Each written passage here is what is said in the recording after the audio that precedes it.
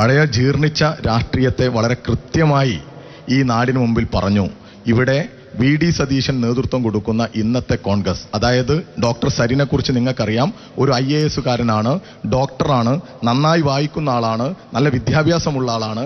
അങ്ങനെ വായിച്ചറിഞ്ഞ് നെഹ്റുവിനെയും ഗാന്ധിയെയും ഒക്കെ വായിച്ചറിഞ്ഞ് കോൺഗ്രസ് ആയ ഈ ഡോക്ടർ സരിൻ, ആ ഡോക്ടർ സരിൻ വായിച്ചറിഞ്ഞ കോൺഗ്രസ് അല്ല, ജീർണിച്ച കോൺഗ്രസ് ആണ് ഇന്നത്തെ കോൺഗ്രസ് എന്നും ഉപജാപക സംഘങ്ങളുടെ കയ്യിലാണ് ഇന്നത്തെ കോൺഗ്രസ് എന്നും മനസ്സിലാക്കി ഈ നാടിനകത്ത് ഒരു പ്രത്യേക പത്രസമ്മേളനങ്ങളുടെ ഒരു പ്രത്യേക നിലപാട് അറിയിക്കുന്ന സാഹചര്യത്തിൽ ഈ പാലക്കാട് ഞങ്ങൾ ആഗ്രഹിച്ച, ഞങ്ങൾ ആവശ്യപ്പെട്ട ഒരു സ്ഥാനാർത്ഥി എന്നുള്ള നിലക്ക് തന്നെയാണ് ഇവിടെ മത്സരിക്കുന്നത്.